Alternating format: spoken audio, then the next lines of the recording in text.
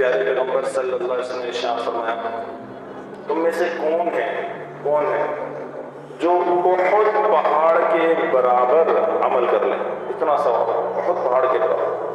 مدینے میں پہاڑ ہے، تھوڑا پہاڑ یہ مدینے کے سب سے بڑے پہاڑ ہیں. احد پہاڑ کے برابر کون ثواب والے کام کر سکتا ہے، عمل کر سکتا ہے؟ صحابہ نے ارشاد فرمایا کہ رسول یہ تو کوئی بھی نہیں کر سکتا.